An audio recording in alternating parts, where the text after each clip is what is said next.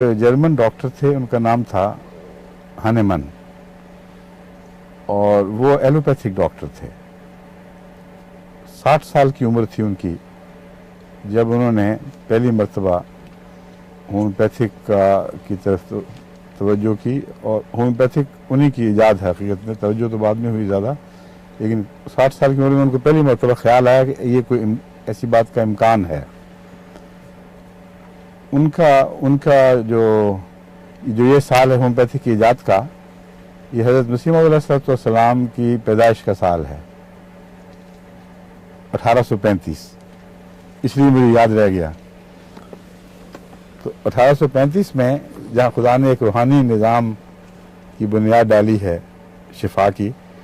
वहाँ एक नई किस्म की शिफा की बुनियाद भी डाली जिसका ताल्लुक भी रूहानियत ही से है। और इसका सबूत यह है कि हज़रत मसीह मौऊद अलैहिस्सलाम ने एक ताउन के ज़िक्र में, जब ताउन की पेशगोई फरमाई कि कसरत से फैलेगी, और उस वक्त अजीब हालत थी दिल की, एक तरफ आपकी सच्चाई का मदार था कि ताउन ज़ाहिर हो और उसी तरह तबाही मचाए, दूसरी तरफ गहरी इंसानी हमदर्दी का तकाजा था कि लोगों को तकलीफ ना पहुंचे। तो आपने एक इश्तिहार शाया फरमाया, एक तरफ पेशगोइयाँ हो रही थी, दूसरी तरफ ये इश्तिहार शाया फरमाया कि एक रूहानी ज़रिए से मुझे एक इल्म हुआ है और मेरे दिल में अल्लाह ताला ने इस बात के लिए बेहद जोश भर दिया है कि मैं तमाम बनी नौ इंसान को बताऊं कि ये क्या चीज़ है, और इससे बनी नौ इंसान के बहुत सी शफा के फ़ायदे मुतल्लक हैं और इसमें बहुत बड़ी शफा के राज हैं। और वो बात क्या थी कि मेरे दिल में अल्लाह ताला ने, यानी यही रूहानी ज़रिए से ये डाला गया है कि इल्हाम का लफ्ज़ नहीं, लेकिन सिर्फ रूहानी ज़रिए का लफ्ज़ है कि अगर किसी मुल्क में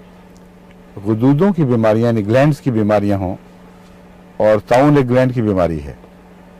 तो उस मुल्क में अगर जल्दी अमराज फैला दी जाएं तो जो गुठलियों की बीमारियां हैं वो निकल कर बाहर जल्द पर ज़ाहिर हो जाती हैं, और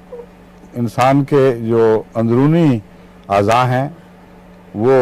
महफूज रह जाते हैं और जल्द की तकलीफ़ में मुंतकिल हो जाते हैं। और ये कोई बुरा सौदा नहीं, बहुत बेहतर है। अगरचे बज़ाहिर तकलीफ़ होती है लेकिन ख़तरनाक बीमारी से इंसान बच जाता है। तो फरमाया कि मुझे खुदा ताला ने ये दो सिखाए हैं, दो दवाएं, एक सल्फ़र और एक मरकरी, कि गंधक और पारे के ज़रिए अंदरूनी बीमारियों को बैरूनी तरफ मुंतकिल किया जा सकता है। अब जब मैंने होम्योपैथी शुरू की तो इस बात से मैं हैरान रह गया कि मैंने ही यही नज़रिया हनेमन ने भी पेश किया था, और उसने कहा था कि